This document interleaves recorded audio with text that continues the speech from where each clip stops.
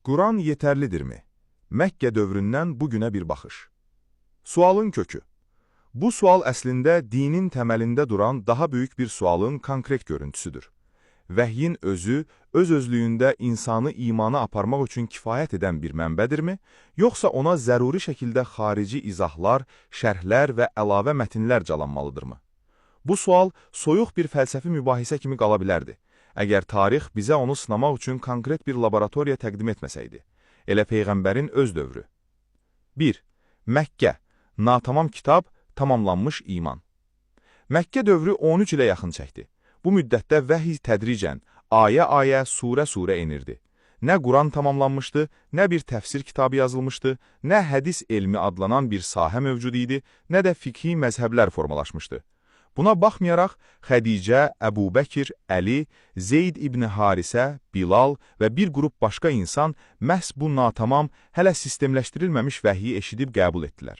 Onlar bunu etmək üçün nə bir şərh kitabına, nə hədis məcmuəsinə, nə də sonraki əsrlərin fiqhi süzgəcinə ehtiyac duydular. Sadəcə eşitdilər, anladılar, təsdiq etdilər. Bəzən bu təsdiq onlara işgəncə, baykot, sürgün, hətta can bahasına başa gəldi. Yasir ailəsinin taleyi bunun ən kəskin nümunəsidir. Onlar İslamın ilk şəhidləri sayılır. Halbuki o vaxt Quranın hələ onda biri belə nazil olmamışdı. Sual sadədir. Onların imanı əskik idimi? Ona görə ki, əllərində tam kitab yox idi. Əgər cavab xeyr olarsa, Quranın özü onları mömin adlandırır və mübarizələrini təqdir edir. Onda belə çıxır ki, iman üçün zəruri olan şey kitabın həcmi və tamlığı deyil, ona göstərilən təslimiyyətin keyfiyyəti idi. Eyni məntiq İbrahim Peyğəmbərin təcrübəsində də görünür. O da ilk olaraq Allahın təkliyini dərk etdi və cəmiyyətinə mürəkkəb bir hüquqi sistem deyil, məhz tövhidi təbliğ etdi. 2. Peyğəmbər qeybi bilirdimi? Quranın bir çox yerində Peyğəmbərə xatırladılır ki, o qeybi bilmir, yalnız ona nazil olanı izləyir və təbliğ edir. D. Mən sizə demirəm ki, Allahın xəzinələri mənim yanımdadır, qeybi də bilmirəm. Ən'am 50. Mən yalnız mənə vəhy olunana tabe oluram. Yunus 15. Bu təsadüfi bir ifadə deyil, təkrarlanan bir prinsipdir. Peyğəmbərlik gizli, müstəqil bir bilik mənbəyi demək deyil, məhz vəhyin özüdür. Buradan məntiqi bir nəticə çıxır. Peyğəmbərin ayələr üzərində verdiyi izahat ya vəhyin bir hissəsi idi, bu halda o artıq Qurana daxildir və ayrıca hədis kateqoriyasına ehtiyac yoxdur, ya da şəxsi rəyi idi. Bu halda isə dinin məcburi hissəsi ola bilməz. Üçüncü bir seçim, vəhy olmayan, amma dini baxımdan hamı üçün məcburi bilik, Quranın öz məntiqi çərçivəsində yer tapmır. Bu sual konkret misallarla daha aydın olur. Miras ayələri hələ nazil olmamışdısa, Peyğəmbər miras hökmlərini necə izah edə bilərdi? Zəkatın miqdarı barədə ayə gəlməmişdisə, onu necə açıqlaya bilərdi? Həc tam fərz edilməmişdisə, onun hökmlərini haradan bildirə bilərdi? Təsəvvür edin ki, sizə kitabın yalnız yarısı verilib də əlavə bir bilginiz yoxdur. Bu zaman edə biləcəyiniz tək şey növbəti vəhiy gözləməkdir. Proses tədricən getdiyinə görə cavab da yalnız vəhiy gəldikcə mümkün idi. 3. Aydın əmrlər üçün şərhə nə ehtiyac var? Tövhid, Allahın təkliyi və hər şeyə qadirliyi Quranda elə ilk anlardan və dəfələrlə açıq, birbaşa şəkildə bəyan olunur. Eyni aydınlıq əxlaqi göstərişlərdə də özünü göstərir. Ədalətli olun, valideynlərə yaxşılıq edin, çəkidə ölçüdə aldatmayın, yoxsulluq qorxusu ilə övladlarınızı öldürməyin, yalan danışmayın, doğru şahidlik edin, verdiyiniz əhdə sadiq qalın və s. Bu göstərişlərin heç biri mürəkkəb, çoxqatlı bir hüquqi şərhə möhtac deyil, onları eşidən insan onları ya başa düşür, ya da düşünmür. Məkkə müşrikləri məhz bu tip aydın ayələri eşidərək əməllərini dəyişdilər. Halbuki əllərində nə bir təfsir kitabı, nə hədis toplusu var idi. Əlbəttə, bu Quranda heç bir mürəkkəb və ya çox mənalı ayənin olmadığı demək deyil. Amma diqqət ediləsi məqam budur. Dinin özəyini təşkil edən, insanı imana və salih əmələ aparan hissə əsasən aydındır. Mürəkkəb detallar isə əksər hallarda ikinci dərəcəli praktik məsələlərdir. 4. 23 illik boşluq sualı. Vəhiy 23 il ərzində nazil oldu. Əgər həqiqi müsəlman olmaq üçün Quranın tam, bitmiş halda mövcud olması və digər sonradan ortaya çıxan şərhlər şərt idisə, bu 23 il ərzində dünyasını dəyişən minlərlə insan, o cümlədən ilk şəhidlər, natamam imanla köçmüş sayılmalıdır. Bu həm məntiqi baxımdan qəbul edilməz görünür, həm də Quranın öz mətni ilə ziddiyyət təşkil edir. Çünki Quran bu insanları açıq şəkildə mömin, şəhid, Allahın razı qaldığı bəndələr kimi təqdim edir. Onlar öz dövrlərinin tələb etdiyi maksimumu, xalis imanı qoruyub saxlamışdılar. Mövcud olmayan bir hökmü icra etməmək insanı kafir etmir.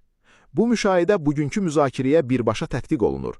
Əgər natamam Quran o dövrdə kifayət idisə, tam Quranın bugün kifayət etməməsi iddiası əlavə əsaslandırmaya ehtiyac duyur. 5. Səndən soruşurlar. Quran özünü necə izah edir? Quran boyu təkrarlanan bir üslub var. İnsanlar müəyyən məsələlər barədə soruşur, cavab isə elə həmin ayələrin davamında birbaşa vəhiy yolu ilə gəlir. Şərab və qumar haqqında, yetimlərin malının idarə olunması haqqında, heyz halında olan qadınlarla münasibət haqqında, həc ayları haqqında. Bütün bu suallara cavab kənar bir mənbədən deyil, Quranın öz daxilindən verilir.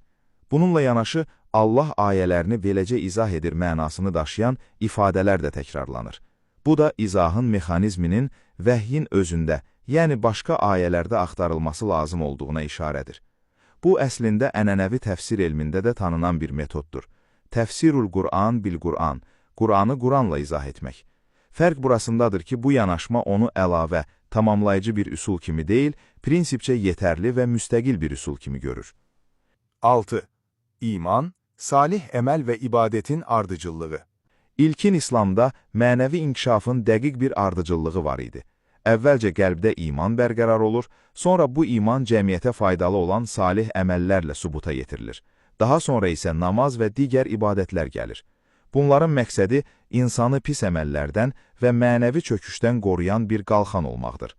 Bu, insan psixologiyasına da uyğun bir metoddur. İnancı formalaşmamış bir insana ilk növbədə hüquqi sistem təqdim etmək nəticə verməz. Buna görə də ilk illərdə diqqət ilk növbədə insanın qəlbinin dəyişməsinə yönəlmişdi. Oruc, zəkat, həc kimi ibadətlər isə tədricən, sonraki mərhələlərdə gəldi. 7. Hədisin tarixi yolu. Burada tarixi bir müqayisə köməyə gəlir. Quran Peyğəmbərin öz sağlığında həm əzbərlənmiş, həm də yazıya köçürülmüşdü. Katiblər ayələri dərhal qeyd edir, hafizlərin sayı sürətlə artırdı. Hədis materialı isə fərqli bir yol keçdi. İlk dövrlərdə əsasən şifahi şəkildə, kiçik dairələrdə ötürülürdü. Sistemli, geniş miqyaslı yazılı toplama isə sonraki nəsillərdə başladı, mötəbər sayılan böyük məcmuələr isə Peyğəmbərin vəfatından təxminən 2 əsr sonra formalaşdı. Bu gecikmə təsadüfi deyil, strukturaldır. Müsəlmanların sayı artdıqca hər kəsə şifahi izahı birbaşa çatdırmaq fiziki cəhətdən mümkünsüzləşirdi. Şifahi ötürmə isə yaddaşı əsaslandığı üçün təhrif riski daşıyırdı. Əgər bu izahlar dinin zəruri, xilasedici hissəsi olsaydı, məntiqlə onların da Quran kimi dərhal, sistemli şəkildə yazıya alınması gözlənilərdi.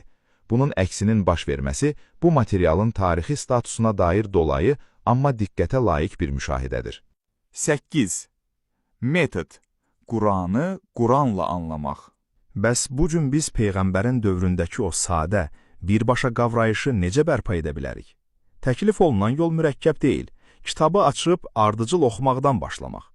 Əl-Fatihə Quranın ümumi ruhunu təqdim edir. Əl-Bəqərənin ilk hissəsi Allah haqqında təməl anlayış qurur. Sonraki hissə isə keçmiş ümmətlərin səhvlərini xatırladır ki, oxucu, yəni iman gətirənlər, eyni səhvləri təkrarlamasınlar. Növbəti surələr boyu səndən soruşurlar formatı ilə qarşılaşırıq. Cavab isə elə orada, ayələrin daxilində verilir.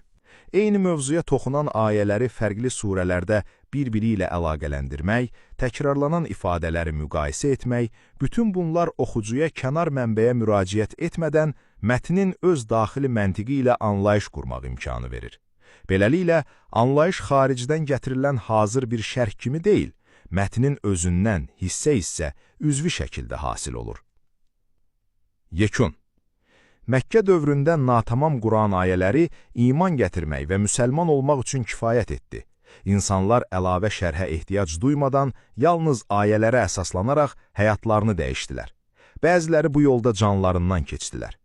Peyğəmbərin özünün qeybi bilmədiyi barədə Quranın təkrarlanan bəyanı, əxlaqi göstərişlərin özündə olan aydınlıq, 23 illik vəhiy prosesinin məntiqi tələbləri, Quranın özünü özü ilə izah etmə üslubu və hədis materialının gecikmiş, şifahi tarixi yolu, bütün bunlar birlikdə eyni istiqamətə işarə edir.